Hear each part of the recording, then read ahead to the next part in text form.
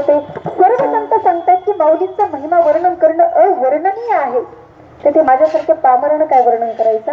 मग सांगितलं माझं पामर आहे काय थोडं, पण जे संत आहेत, कवी आहेत, वैष्णव आहेत, बळीवंत आहेत. आता ते बळीवंत का आहेत तर याचं कारण त्यांच्याकडे कर्तुम शक्ती आहे, अकर्तुम शक्ती आहे, अन्यथा कर्तुम शक्ती आहे.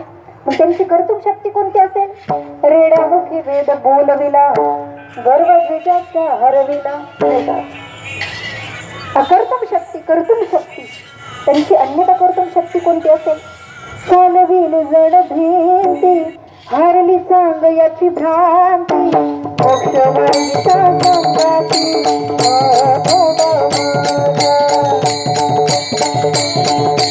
हारली चांग याची भ्रांती, मोक्षवाईचा संगाती. चालविल जड भिंती, हारली चांग याची भ्रांती, मोक्षवाईचा संगाती.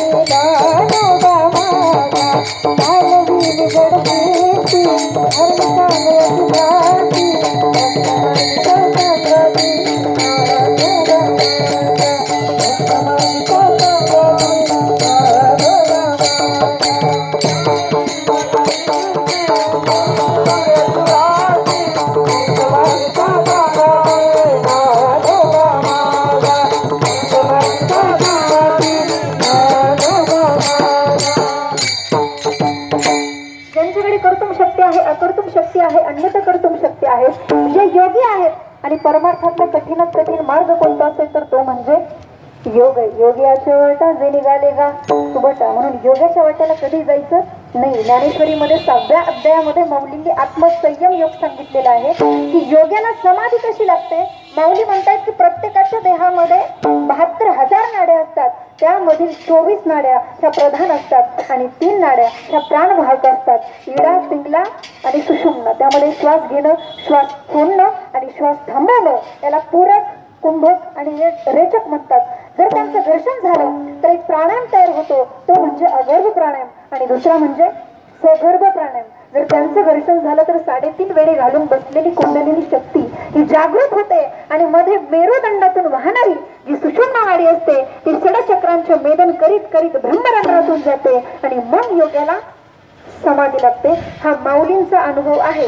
हा अनुभव आपण घ्यायचा नाही आणि आपल्याला घेता पण येणार नाही. आणि म्हणून माऊलींची समाधी ही संजीवन समाधी आहे. आपण पाहतो ग्रंथामध्ये निर्विकल्प आणि सविकल्प समाधीचं वर्णन आलेलं आहे, पण संजीवन समाधीचं वर्णन आलेलं नाही. याचं कारण ते वर्णन करताच येत नाही. नामदेवा प्रमाण, निवृत्ती देवी ज्ञान, समाधी, संजीवन, हरिपाठ अशा पद्धतीने जे संत आहेत, कवी आहेत, वैष्णव आहेत, बळीवंत आहेत, श्रीमंत आहेत. आता श्रीमंत काय आहेत. जयाचे द्वारी सोन्याचा पिंपळ, अंगी ऐसे बळ रेडा बोले. जे श्रीमंत आहेत, जे बळीवंत आहेत, ज्यांच्याकडे कर्तुम अकर्तुम शक्ती आहे, अशा पद्धतीने सर्वज्ञ संपन्न, सर्वज्ञतेने नटलेले ज्ञानोत्तर आहे. तुम्हा आम्हाला काय सांगतात अभंगाच्या प्रथम चरणामध्ये. रामकृष्ण नामे रामकृष्ण नामे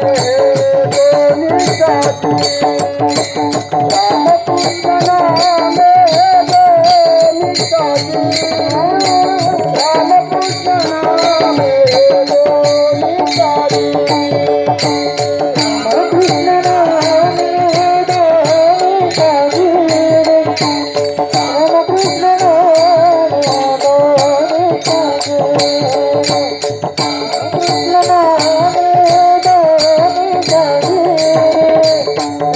Krishna